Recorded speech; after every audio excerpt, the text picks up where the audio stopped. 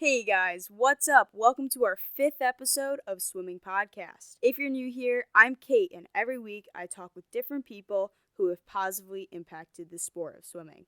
We have another great guest for this episode today. She's a 6-time Olympic gold medalist, former world record holder, was named Sportswoman of the Year in 1996, and she's a huge inspiration to many. With that said, let's get our special guest, Amy Van Dyken-Rouen, on the show. Amy, thank you so much for taking time to talk to me on my podcast today. Yeah, absolutely. Thanks for having me. No problem. Thank you for being here. So, obviously, there's a bunch of things to talk about today, but let's start by talking about your amazing swimming career. So, when did you first start swimming and why? I started swimming, I learned how to swim at a very early age, but I didn't get on a swim team until I was 6 years old, and it was just a summer league swim team. And I started doing that because I was diagnosed at 18 months old with severe asthma, and I have all 3 types of asthma, and I'm severe in all 3 types. And at the time, they said that they needed to exercise my lungs just to get more lung capacity, I'm assuming.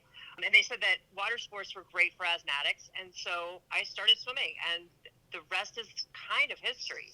Yeah, so what made you fall in love with the sport? You know, it's funny, Kate, I fell in love with it right away. I fell in love with the fact that for the first time in my life, I was doing things with my friends. You know, I was buying the Speedos with my friends, doing cheers, writing all my heats and lanes and all that on my hands like everybody does at that age. And it's funny because you'd think that I was fairly decent when I started swimming because I loved it so much. But it actually, I was at 12 years old when I finished my first 25-meter length of the pool. Oh, wow. So, yeah, I know, right? It was really sad. It was, I was not good at all, but I loved it. I just thought it was just the best thing ever.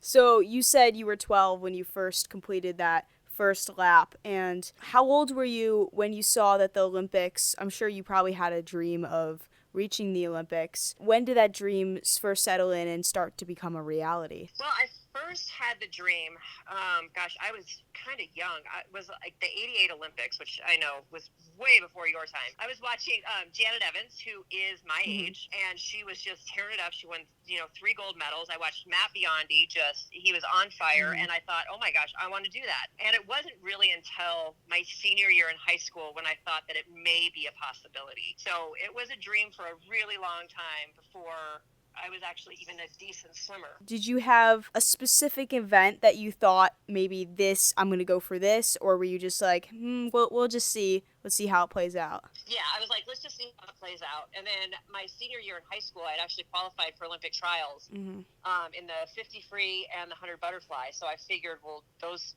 two may get me there. So I just kept working on that. Although watching Janet, I wanted to be a 400 IMer. Oh. I don't know who in the world ever wants to be a 400 IMer, but I was very young.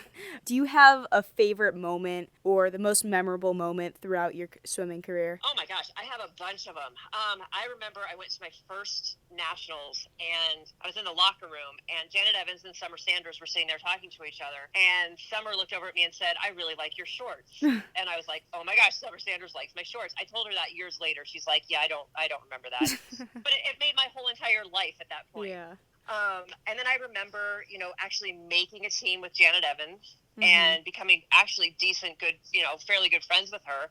And she was the whole reason this hot mess started. And then, getting to the Olympics, I remember there was one picture that was on the front page of the USA Today, and the pool deck was completely clear, and it was just me and another swimmer from Germany, and we were just hugging. And I just thought that was the coolest thing. So those are, my top moments. So you said, obviously, Janet Evans and Summer Sanders were huge inspirations of you. Were those your main idols for swimming that you looked up to, or did you have any other people or maybe any other athletes? Yeah, I looked up to those two girls for sure. But I also looked up to a lady named Leanne Federer, and she had the American record in the 50 free. I just thought she was the coolest thing ever. Loved Matt Biondi, Tom Jager, but I think if you look at my idol for everything, it was probably John Elway, who was the quarterback for the Broncos. I grew up in Denver, and so when you are born there, you sign something apparently that says that you will be a Bronco fan for life, and apparently I did that. So I was a Bronco fan for life. I ended up marrying one. That's how big of a fan I was.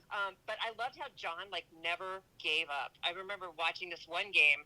It was a very famous game. They called it the Drive, and it was snowy and it was gross, and it was to get into the Super Bowl, and it was 2 minutes left. I think we were down by like 2 touchdowns. We won the game. Like, I just thought that the fact that he never gave up was the coolest thing ever. Yeah, I'm a Steelers fan, so I don't know how much I can agree on that. Oh my goodness. Well, listen, I'll give you this. My husband played for the Steelers for a year, so there we go. Yeah, okay, we're even. There we go. But I don't know if you know or not. Earlier today, one of my rivals, Joe Flacco, actually moved to the Broncos, so I don't know how happy I am.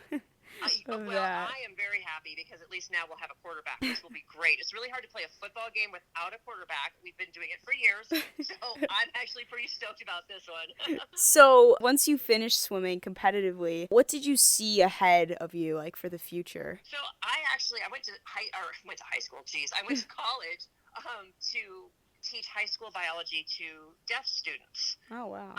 And that was what my plan was. And after doing all the interviews on the media and all the things, I actually got into the media somehow. I started working for a local station in Denver, and then I moved on to, Fox Sports, NFL on Fox, and then I finally ended up my career again working. I was at the time the only female voice on Fox Sports Radio. So I do not teach high school biology, and I do not know the difference at this point between a centipede, a millipede, or a worm. So biology not working for me. That's great. So in 2014, you were severely injured in an ATV accident, and obviously most people are familiar with your story. And leading up to this interview, I was looking at different interviews, and I noticed how strong you are in handling the accident and just the effects of your injuries. And my question is just what keeps you going? And if you want to elaborate a little about your story, go ahead. Yeah, sure. So for people who don't know, I was it was a freak accident. I was in a parking lot. Do not know what happened. I don't remember anything. I hit a curb and went over a 6-foot cliff. Still have no idea what happened. And I ended up severing my spinal cord at the T11 area. So it's right at the belly button. And I've been paralyzed ever since and in a wheelchair. And, I don't know. I guess what drives me every day, Kate, like it's so interesting because when it first happened, I was just happy to be alive because I had died a few times in the accident, right? So I was just stoked to be here. And then it kind of went into one of these things where I'm like, wait a minute now, because I have really bad neuropathic pain. So what that means is from where the injury is all the way down to the tips of my toes, which is more than half of my body, I am in constant pain. So it feels like burning, tingling. It feels like my skin is being ripped off. And I thought, I've got to do this for the rest of my life. And then I got back into doing CrossFit. Yeah. And as you know, being a swimmer, right, we love those endorphins and we love pushing ourselves to the limit. And I really think that getting back into CrossFit really helped me have a purpose in life again. It just, for myself, I always had a purpose for other people. I would go out and I've been giving speeches and quote unquote motivating people, which I love, but something for me. And so that's what I've been doing. I've been working out again. I'm getting ready to compete in the CrossFit Open. Hopefully qualify for a spot in the games and Wadapalooza. And then you will see this old lady hopefully throwing some heavy stuff around. What's your favorite thing about CrossFit? Obviously a little different, but yet similar to swimming. Yeah, it is a little different, but similar. You're right. Like, I love the competition, obviously. As swimmers, we don't ever get rid of that. Like, that's just kind of what we do. But I also love the community around CrossFit. I just love how, example, this morning, we did this really hard workout, and as soon as people started finishing, they all go over to the people that were still going and just start cheering for them as loud as possible. I just love that.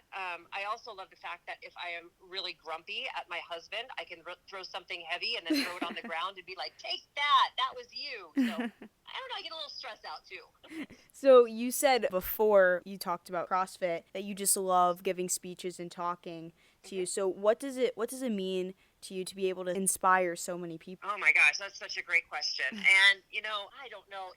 I feel like when I give a speech, right, if I can get one person to look at their world a little differently, then I've done my job. So do I do that, by posting stuff on Instagram and whatever? I don't know. Some people say that, but I just want people to realize that, yes, you had a bad day. And yes, we all have really bad days, but don't make it a full day. Like, just make it a little moment because you don't know what's around the corner. And my thing is, like, I never thought in a million years that I would have died a couple of times and been in a wheelchair. So if something like that happens again, I don't want to be known as a sourpuss. So take that bad thing that's happening and turn it into just a moment and learn from it. So, if I can get people to think about that and realize that, then it means the world to me. Yeah, that's absolutely great. And you're right, it's crazy how quickly life can change. So you have Amy's Army, and I just wanted to talk about that a little. What's your main mission, and how can other people help? Oh, Kate, you're my friend right now. I love this so much. Thank you.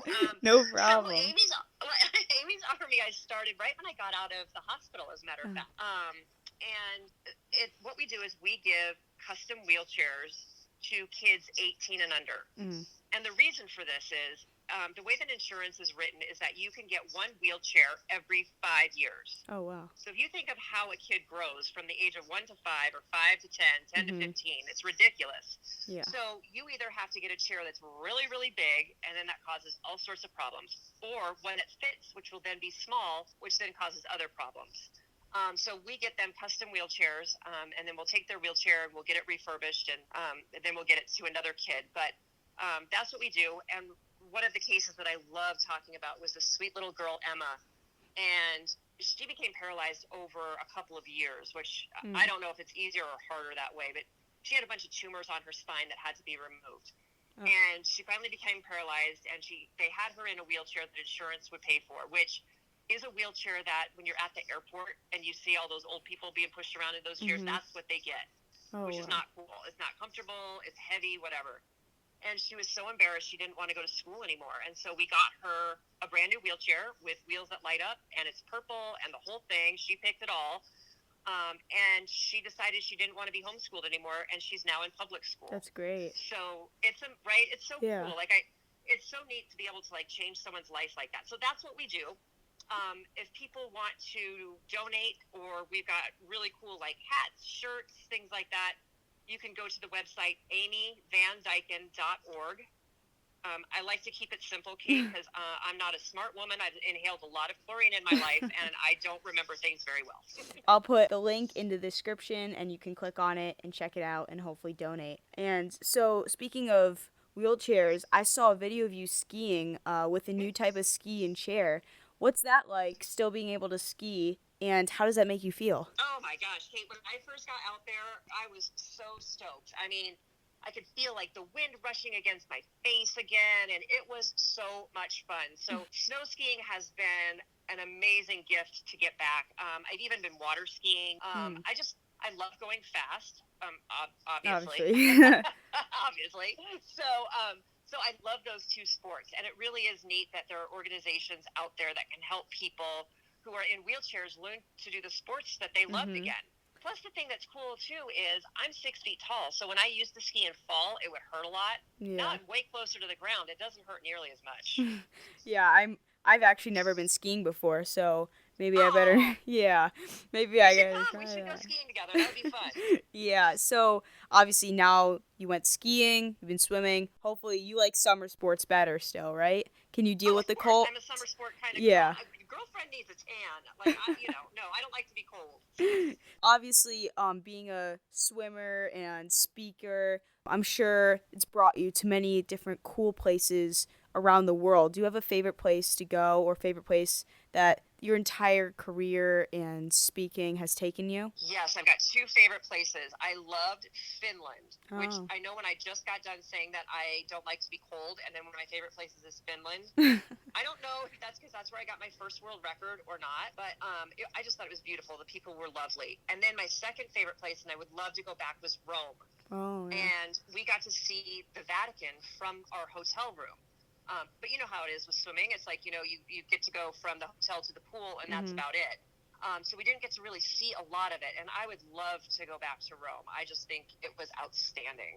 Did you get to see a lot of Finland, or was it just the same thing? No, it was kind of the same thing, but it was just, the people were just amazing. And I think that's the reason that I liked these places so much, were the people were just so amazing. I think that people make the place anyway. So, yeah, I'll go back to Finland in the summertime. Okay. So obviously swimming has changed a lot. New technology, new techniques.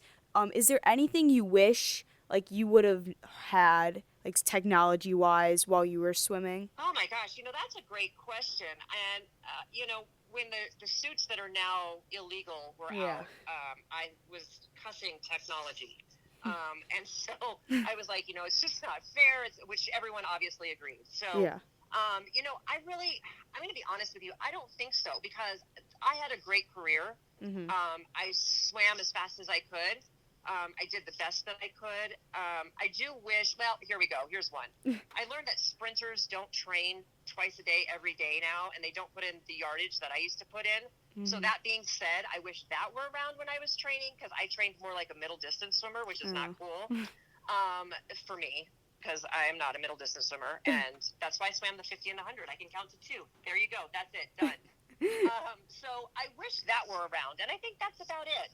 But, I'm still really involved in the sport. Like, I work for the Pac-12 network. I'm getting ready to do a swim meet with Cal and Stanford and all the things. And so I get to see all the fun stuff that goes on. Yeah. But I think that I was fortunate in my time, that I had what I had at the time, and I wouldn't change a thing. Yeah, and it's also crazy how much popular swimming has become. Obviously, with Michael Phelps, and now swimming's a popular sport. Everybody wants to do it. Everyone wants to try it. And obviously, 2020, I'm sure there'll be a lot more new swimmers coming. Always on that Olympic year, more and more swimmers. Yeah, more and more swimmers. I know we used to fight for TV time. Like, I remember there was one time all of us swimmers were like, we're not going to the Pan Pacifics or something if we don't get it televised. And now swimmers sneeze and they're like, oh my gosh, breaking into ESPN, Michael Phelps sneezed today, and you're like, oh really? Yeah. But I think it's great. I think it's amazing for the sport, and I think that it's finally getting the recognition that it deserves, which is so great. And that's what a lot of us swimmers back in the day and the swimmers before me, that's what they were working on. So I'm so excited for that. Exactly. So I'm going to ask you one more question, and then we can wrap this up if that's okay with you. You got it, girl. Okay, so what's one piece of advice, if you can think of one, that you just want to give to someone who maybe is struggling with some motivation, is struggling to just be positive? What's one piece of advice you'd give them? Oh my gosh. I guess, when you're struggling to be positive, I definitely look around and see what's making that happen, because a lot of times it's outside sources telling you things, and I would tell them to just not listen to those outside voices at all, because jealousy is a nasty lady. And if people are trying to bring you down, right, it means that you're doing something great, and they see that in you, and, they don't want you to surpass them. So ignore all of that. I was supposed to win 1 bronze medal in 1996. I did not obviously listen to that. Yeah. So that's what I just say, is to listen to your own heart and your own mind, and not outside things that are going on, because that's just noise. That's a great answer. So with that, I'm going to wrap up the podcast. Thank you again for joining me. You were a fantastic guest. I had such a good time, and thank you. Okay, you're the best. I really appreciate you for doing this podcast and for asking me on. You are just awesome, so thank you. No problem. That's a wrap on episode 5. Again, I'll put all of Amy's links in the description, where to follow her, check her out, maybe see some of her CrossFit workouts. And I'll see you next episode.